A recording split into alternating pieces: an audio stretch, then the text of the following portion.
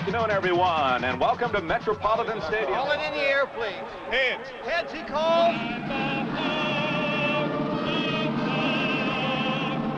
Hey, listen now. 4 quarters, 60 minutes, and we're the champions.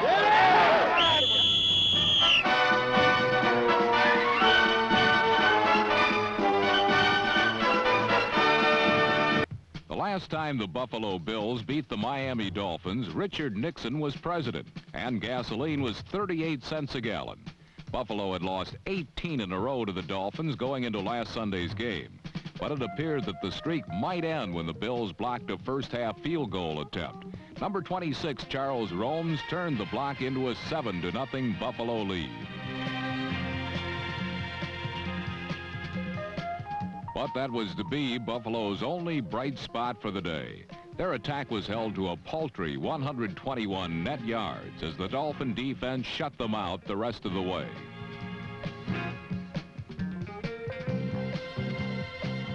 Miami was able to continue their mastery over the Bills because of the return of a prodigal son. Number 39, Larry Csonka, back with the Dolphins after a 5-year sabbatical, gained the key yards and scored the winning touchdown as Miami beat the Bills for the 19th time in a row. Another team that... A Buffalo offense that was virtually non-existent on opening day was resurrected in Rich Stadium against the Cincinnati Bengals. Curtis Brown's strange encounter with the opening kickoff was one of Buffalo's few mistakes as the Bills rolled up their highest single game point total in 13 years.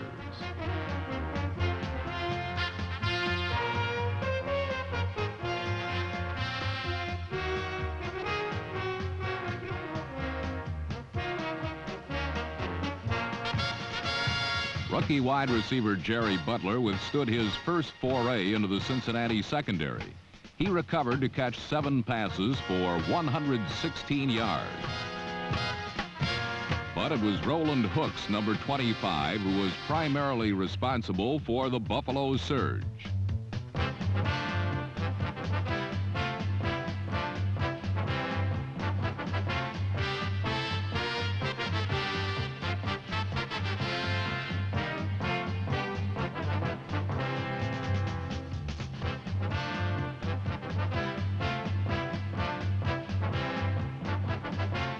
In addition to catching 3 passes for 60 yards, Hooks repeatedly dissected a mass of Bengal bodies. A 10th-round draft choice in 1975, he not only threatened the health of Cincinnati defenders, but that of a security guard as well. In the second half alone, Hooks was batting 1,000. He carried the ball from scrimmage 4 times and scored 4 touchdowns.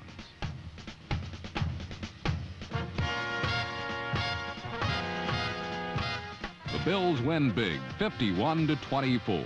With a full complement of talented young running backs, it may just be an indication of better days to come in Buffalo.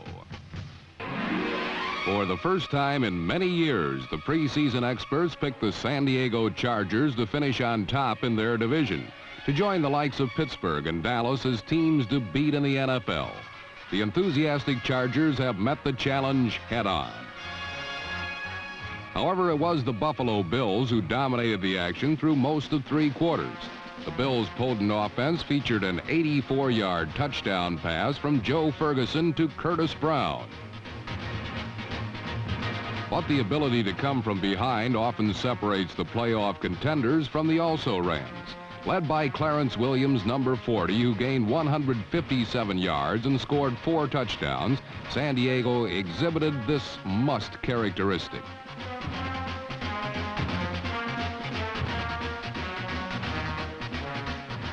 The victory was a significant one for the Chargers. Their offense, normally led by the explosive passing duo of Dan Fouts and John Jefferson, relied on ball control to beat Buffalo, something San Diego must continue to do effectively to join the ranks of the NFL's elite. A big test will come at New England this week, so stay ready, Clarence. Your talented services will be in increasing demand. Week 4 of the 1979 season saw at least 3 teams come back from margins of 15 points or more to emerge from the shadows of defeat and win. In Buffalo, Richard Todd and his New York Jets opened up a 24-6 advantage over the Bills in less than a quarter and a half.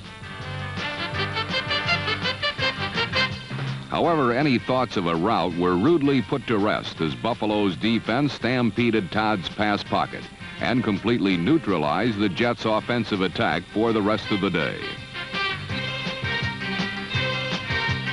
A touchdown by rookie defensive tackle Fred Smerlas, number 76, was but 6 points in Buffalo's 40-point explosion that occurred in the final 3 quarters of play.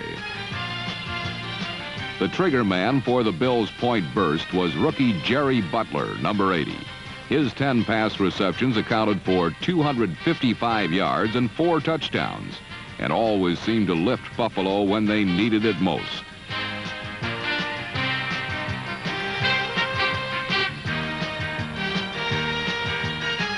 On scoring sprints of 75, 74, 9, and 5 yards, Butler teamed with quarterback Joe Ferguson to rally Buffalo from a losing cause. Jerry Butler's performance was nearly unbelievable and combined his exceptional athletic abilities with a knack for being in the right place at the right time.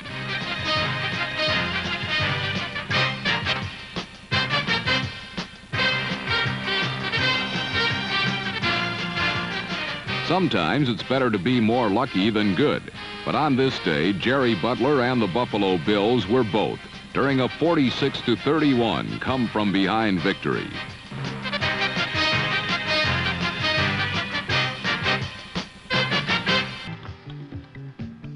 The Orange Bowl has been a traditional graveyard for opposing coaches, something the Buffalo Bills of Chuck Knox knew last week. Don Shula's Dolphins seldom lose at home, and it had been 19 games spanning 10 years since Buffalo last beat Miami.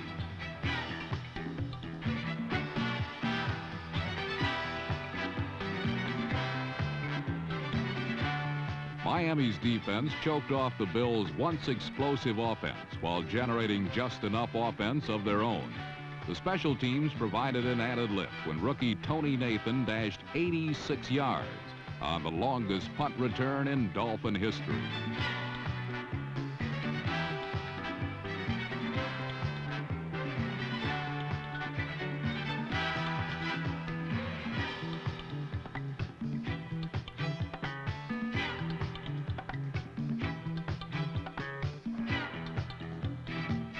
The final was a 17-7 Miami victory. And no doubt one goal for Chuck Knox's Buffalo team in the future will be that of learning how to beat those elusive Dolphins. While the Saints continued their upward surge, the Detroit Lions plummeted further. Joe Ferguson, the top-ranked quarterback in the NFL, threw for 339 yards, including the game winner to Reuben Gant, number 88, as Buffalo scored 2 fourth-quarter touchdowns to defeat the Lions 20-17 and end their 3-game losing streak.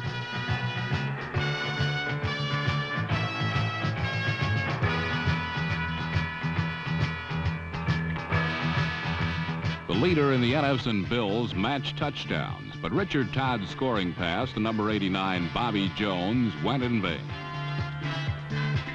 A Joe Ferguson toss to number 47 Curtis Brown made the final 14-12 Bills and gave Buffalo a sweep of 1979 encounters with their downstate rivals.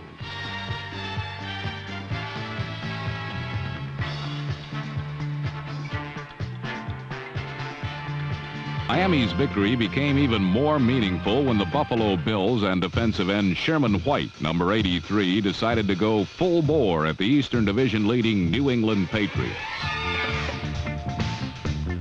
White unnerved quarterback Steve Grogan with a charge that leveled not only his pass pocket, but the Patriots' strong running game as well. The Bills displayed character few knew they possessed by tying the game at 13-all with just 11 seconds remaining in regulation time.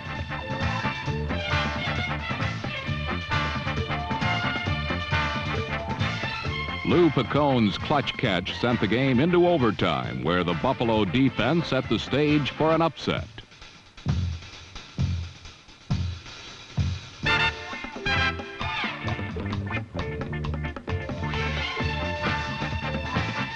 Buffalo turned back a Patriot drive when rookie linebacker Jim Haslett intercepted his second Steve Grogan pass of the day. And this led to a 29-yard field goal by veteran Nick Mickemeyer. The Bills' three-point victory not only dropped the Patriots into a tie with the Dolphins for first place in the AFC East, but amazingly it pulled Buffalo to within a game of both Miami and New England. A surprise that seems right in keeping with this highly unpredictable NFL season. The Denver Broncos aren't pondering such heavy issues since they are still in contention in the AFC West. But last week in icy Buffalo, there were a few jolts before victory could be claimed. One such reminder of mortality came on number 22, Steve Freeman's interception return for a touchdown.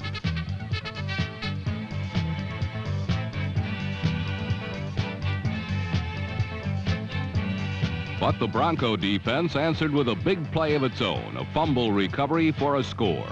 First all-world inside linebacker Randy Gradishar, number 53, recovered the fumble. He then realized that a man with better foot speed, number 20 Louis Wright, was nearby. The eventual transfer was easier than a bank transaction and just as profitable.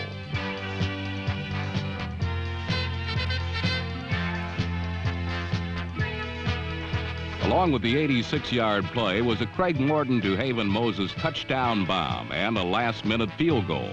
Amidst the frozen tundra that has become a Buffalo trademark, the Broncos still felt a warm glow after a somewhat chilling 19-16 win.